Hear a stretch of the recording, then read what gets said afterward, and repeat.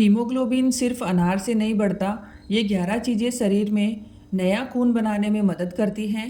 Iron rich foods. नमस्कार दोस्तों, स्वागत है आपका समीराज हैप्पीनेस में। क्या आपको हर समय थकान रहती है? थोड़ा सा काम करने पर सांस फूल जाती है? बार बार चक्कर आते हैं? चेहरा पीला दिखाई देता है? या डॉक्टर ने कहा है कि आपके शरीर में हीमोग्लोबिन कम है? अक्सर लोग सोचते हैं कि सिर्फ अनार खाने से ही खून बढ़ जाता है, लेकिन सच ये है कि शरीर में नया खून बनाने के लिए सिर्फ आयरन ही नहीं बल्कि protein, folic acid, vitamin B 12 और विटामिन सी जैसे कई पोषक तत्वों की भी ज़रूरत होती है। आज की इस वीडियो में मैं आपको 11 ऐसे खाद्य पदार्थ बताऊंगी जो शरीर में हीमोग्लोबिन बढ़ाने और खून बनने की प्रक्रिया को बेहतर बनाने में मदद कर सकते हैं।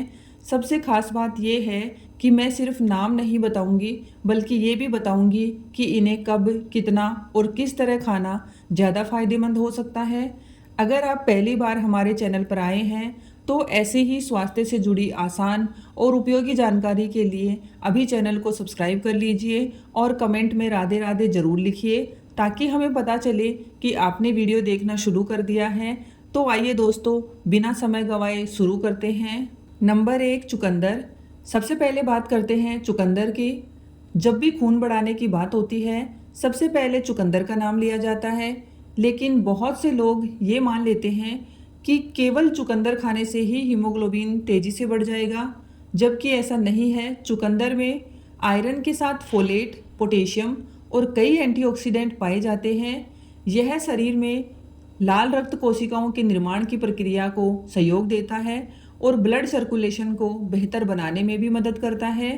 आप इसे सलाद के रूप में खा सकते हैं, हल्का उबाल कर खा सकते हैं या गाजर के साथ इसका जूस भी पी सकते हैं। अगर इसके साथ थोड़ा सा नींबू मिला दें तो शरीर आयरन को बेहतर तरीके से उपयोग कर पाता है। अब जो दूसरी चीज़ है वह हर भारतीय रसोई में मिल भी जाती है, लेकिन लोग इसका सही फायदा नहीं उठा पाते। नंबर 2 है पालक। पालक iron, folic acid, vitamin A और कई जरूरी मिनरल्स का अच्छा स्रोत है। कई लोग पालक को सिर्फ स्वाद के लिए खाते हैं, लेकिन अगर शरीर में आयरन की कमी है तो यह आपके भोजन का नियमित हिस्सा होना चाहिए। पालक को हमेशा अच्छी तरह पकाकर खाना बेहतर माना जाता है। इसके साथ अगर आप नींबू या आंवला जैसी विटामिन सी वाली चीज़ शामिल कर लें तो आयरन का अवशोषण और भी बेहतर हो सकता है। लेकिन याद रखिए दोस्तों, सिर्फ पालक खाने से समस्या खत्म नहीं होती। संतुलित भोजन सबसे ज़रूरी है। दोस्तों, अब तीसरी चीज़ ऐसी है जिसे गाँवों में आज भी ताकत का खजाना माना जाता है। नंबर 3, काले चने। काले चने आयरन, प्रोटीन और फाइबर का बेहतरीन स्रोत है। अगर आप रोज़ सुबह भीगे हुए या उबले हुए काले चने खाते हैं तो शरीर को लंबे समय तक ऊर्जा मिलती है और ज़रूरी पोषक तत्व भी प्राप्त होते हैं। अंकुरित चने भी बहुत अच्छे माने जाते हैं। इन्हें सलाद के रूप में भी खाया जा सकता है। अगर चने खाने के बाद आप एक आंवला या थोड़ा सा नींबू ले लें तो आयरन के अवशोषण में और मदद मिल सकती है। अब बात करते हैं ऐसी 2 चीज़ों की जो साथ में खाई जाए तो स्वाद भी बढ़ाती है और पोषण भी बढ़ाती है। नंबर 4, गुड़ और तिल। गुड़ में थोड़ी मात्रा में आयरन पाया जाता है, जबकि तिल आयरन, कैल्शियम और हेल्दी फैट का अच्छा स्रोत है। सर्दियों में गुड़ और तिल के लड्डू खाना एक अच्छा विकल्प हो सकता है। अगर लड्डू नहीं खाना चाहते तो थोड़ा सा भुना हुआ तिल और थोड़ा सा गुड़ भी लिया जा सकता है। हालांकि जिन लोगों को डायबिटीज़ है उन्हें गुड़ का सेवन सीमित मात्रा में और डॉक्टर की सलाह के अनुसार करना चाहिए। अब 5वीं चीज़ शाकाहारी लोगों के लिए किसी वरदान से कम नहीं है। तो नंबर 5 है मसूर की दाल। मसूर की दाल में आयरन, प्रोटीन और फोलिक एसिड अच्छी मात्रा में पाए जाते हैं। अगर इसे नियमित रूप से भोजन में शामिल किया जाए तो शरीर को आवश्यक पोषण मिलता है। इसे दाल के रूप में, सूप के रूप में या खिचड़ी में मिलाकर भी खाया जा सकता है। अब अगली चीज़ का नाम सुनते ही बहुत लोग नाक सिकोड़ लेते हैं, लेकिन इसके फायदे जानकर आप हैरान रह जाएंगे। नंबर 6 है सोयाबीन। सोयाबीन प्रोटीन और आयरन दोनों का अच्छा स्रोत है। शाकाहारी लोगों के लिए ये बहुत उपयोगी खाद्य पदार्थ माना जाता है। इसे भिगोकर अच्छी तरह पकाकर खाएं। सोया चंक्स, टोफू या सोयाबीन की बड़ी भी अच्छे विकल्प हैं। अब सातवीं चीज़ मीठी भी है और पौष्टिक भी। नंबर 7, किशमिश। किशमिश में आयरन, पोटेशियम और प्राकृतिक शर्करा होती है। रात भर 8 से 10 किशमिश पानी में भिगो दें और सुबह खाएं। यह शरीर को ऊर्जा देने के साथ संतुलित आहार का हिस्सा बन सकती है। अब बारी आती है उस फल की जिसके बारे में सबसे ज़्यादा गलतफहमी है। नंबर 8, अनार।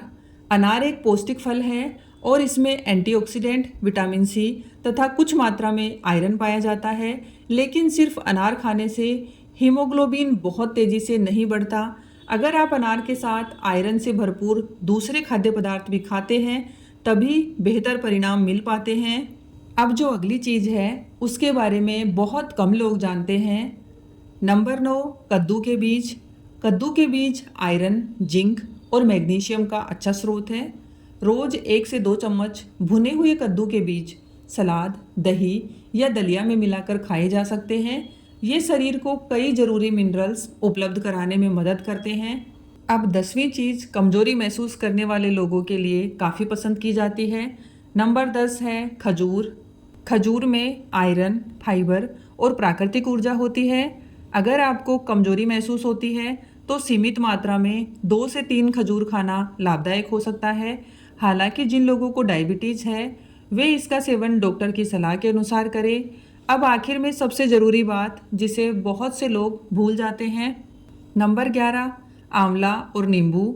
अगर आप आयरन वाली चीज़ें तो खाते हैं लेकिन विटामिन सी नहीं लेते तो शरीर आयरन का पूरा फ़ायदा नहीं उठा पाता। इसलिए पालक, दाल, चना या अन्य आयरन वाले भोजन के साथ आंवला, नींबू, संतरा या अमरूद जैसे विटामिन सी वाली चीज़ें ज़रूर शामिल करें। यही छोटी सी आदत शरीर में आयरन के अवशोषण को बेहतर बनाने में मदद कर सकती है। दोस्तों, एक बात हमेशा याद रखिए, अगर आपका हीमोग्लोबिन बहुत कम है, बार बार चक्कर आते हैं, सांस फूलती है या लगातार कमजोरी रहती है तो केवल घरेलू उपायों पर निर्भर न रहें। डॉक्टर से जांच जरूर कराएं क्योंकि आयरन की कमी के अलावा विटामिन B12, फोलिक एसिड की कमी या अन्य कारण भी जिम्मेदार हो सकते हैं। तो दोस्तों, ये थे 11 ऐसे खाद्य पदार्थ जिन्हें संतुलित आहार का हिस्सा बनाकर आप अपने शरीर को जरूरी पोषण दे सकते हैं और हीमोग्लोबिन बनने की प्रक्रिया को बेहतर बनाने में मदद कर सकते हैं। अगर आपको आज की जानकारी उपयोगी लगी हो तो इस वीडियो को अपने परिवार और दोस्तों के साथ ज़रूर शेयर करें ताकि जिन लोगों को खून की कमी की समस्या है उन्हें भी इसका लाभ मिल सके। अगर आपने अभी तक हमारे चैनल को सब्सक्राइब नहीं किया तो अभी कर लीजिए। वीडियो पसंद आया हो तो लाइक ज़रूर करें और कमेंट में बताइए कि इन 11 चीज़ों में से आप सबसे पहले किसे अपनी डाइट में शामिल करने वाले हैं। दोस्तों, मिलते हैं अगली ऐसी ही उपयोगी और आसान स्वास्थ्य जानकारी के साथ। धन्यवाद दोस्तों, स्वस्थ रहें और अपना ख्याल रखें।